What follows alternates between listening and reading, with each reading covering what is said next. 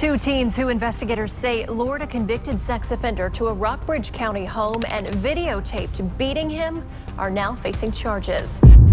April 17, 2024, around 3 p.m., Seattle police officers set up a sting operation at the DoubleTree Suites Hilton Hotel to catch a 67-year-old man investigated by the state's Internet Crimes Against Children Task Force. The suspect thought he was meeting two young girls, ages 7 and 11, but instead, he faced undercover SPD officers. As he entered the room, he drew a gun, leading to a deadly confrontation. Officers reacted quickly and killed the child predator on camera. Today, we look at 4 cases of predators killed on camera. Daniel Mark Driver.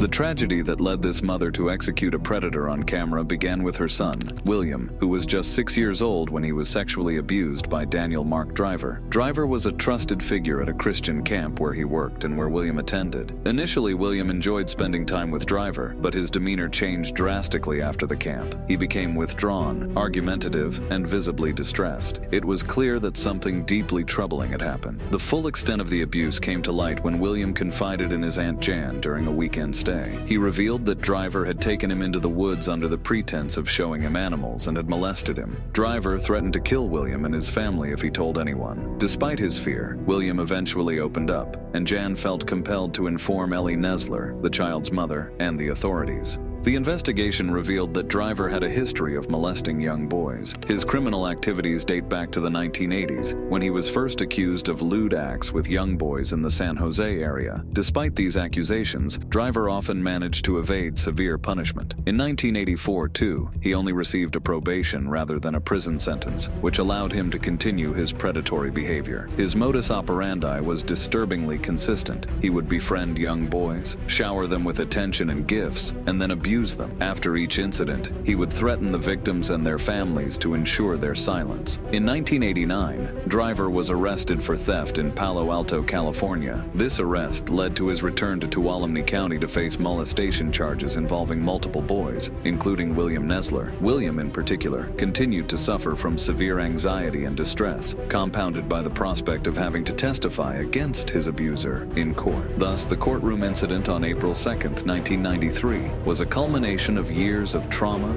fear, and frustration for Ellie Nesler and her son. On that day, Ellie and William were at the Jamestown Justice Court. During the recess, however, Ellie, driven by a mix of rage and desperation, approached Driver. Witnesses reported that Driver smirked at William, a gesture that seemed to mock the boy's suffering and further enraged Ellie. In a moment of uncontrollable emotion, Ellie pulled out a .25 caliber handgun and shot Driver 5 times in the head, killing him instantly. The courtroom shooting sent shockwaves through the community and the nation. It sparked a heated debate on vigilantism, the failings of the legal system, and the lengths to which a parent might go to protect their child. Public reaction was deeply divided. Some viewed Ellie as a hero, who had done what the legal system had failed to do, protect her child from a known predator. Others saw her actions as a dangerous precedent that undermined the rule of law. Ellie Nesler was arrested and charged with first-degree murder. Her defense team portrayed her as a desperate mother driven to extreme actions by a system that had failed her. However, the revelation that she was under the influence of methamphetamine at the time of the shooting complicated her case. Ultimately, she was convicted of voluntary manslaughter and sentenced to 10 years in prison. She served 3.5 years before being released in 1997 after winning an appeal based on jury misconduct. Ellie's life after her release was marred by further legal troubles. In 2002, she was convicted of selling and possessing methamphetamine, for which she served additional prison time. She was released from a women's facility in 2006. Ultimately, Nesler died of breast cancer in December 2008 at the age of 56.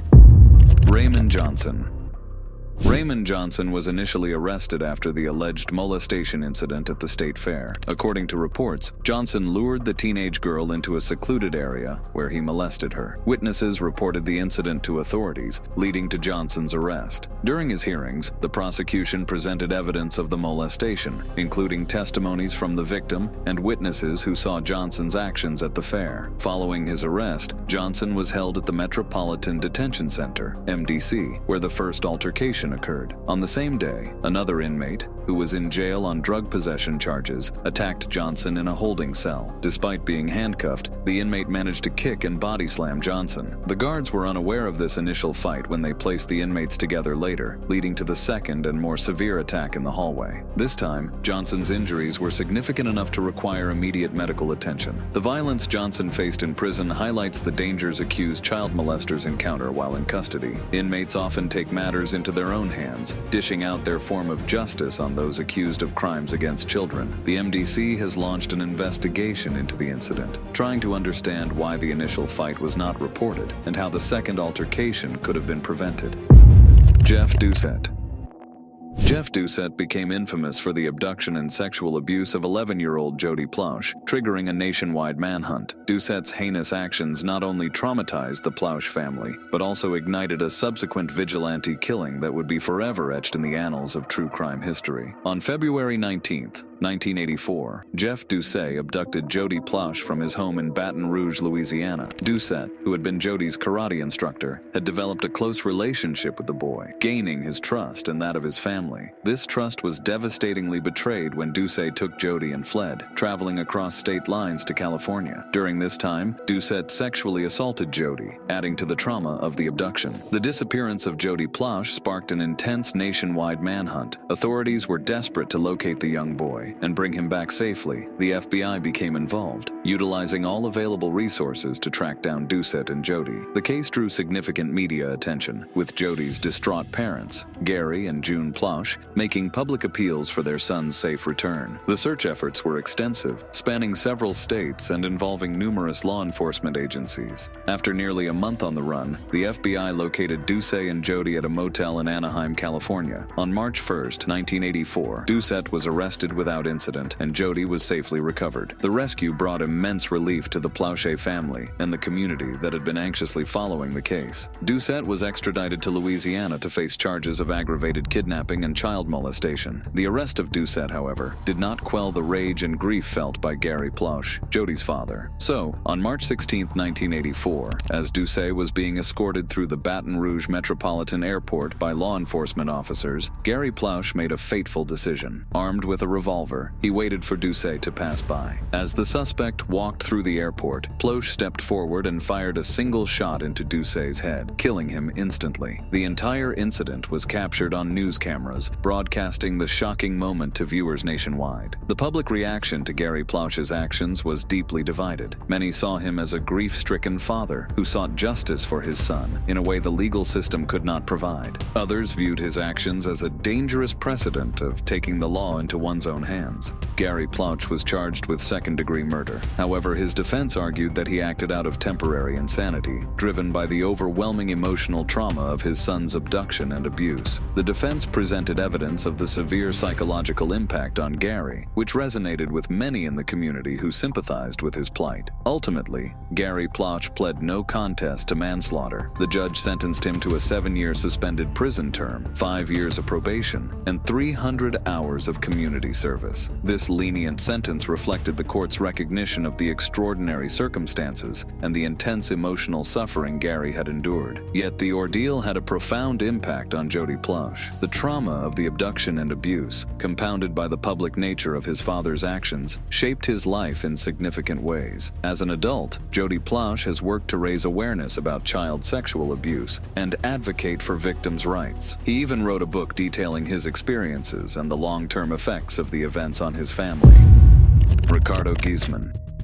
In a tragic and harrowing case that has captured national attention in South Africa, Veronique Mokoena, a 23-year-old mother, has been charged with attempted murder after she allegedly hacked off the penis of a man suspected of raping and killing her 5-year-old daughter Chantel. The incident unfolded in Port Elizabeth in August 2019, a month after Chantel went missing from their home. On the day Chantel disappeared, Mokoena and her elder sister had gone to the shops, leaving Chantel with a family friend. Upon their return, they found Chantel Chantel missing, prompting a desperate overnight search. Tragically, Chantel's bloodied body was discovered the next day by her father in a public toilet near their home. The police investigation that followed included DNA testing of a man in his early 20s known to the family, but due to procedural requirements, he was not immediately arrested. A month after Chantel's body was found, Maquena, her sister-in-law Noxolo Manelli, and family friend Siabonga Picade allegedly confronted Ricardo Gisman, the man they believed responsible for the heinous crime. During this confrontation, the three women are accused of attacking him and severing his penis. The injured man was rushed to a hospital where surgeons successfully reattached his organ. He subsequently identified Maquena and her accomplices